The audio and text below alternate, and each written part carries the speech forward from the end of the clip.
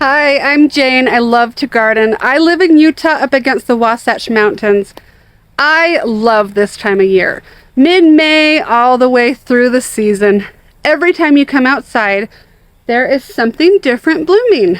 And even if you look at my roses and my peonies right here, they have so many buds on them. It's just so exciting.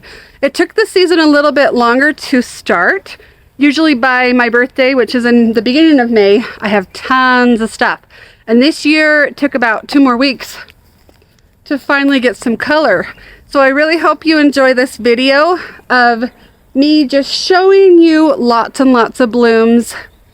It's going to be kind of similar to the last one, but a little different because I'm going to have new blooms every time. And you might see a lot more roses. In the last one, we saw a lot more irises. So come along. If you see weeds as tall as I am, it's because I have a back injury and I can't quite get to them. But, oh, I love all the color. Come along.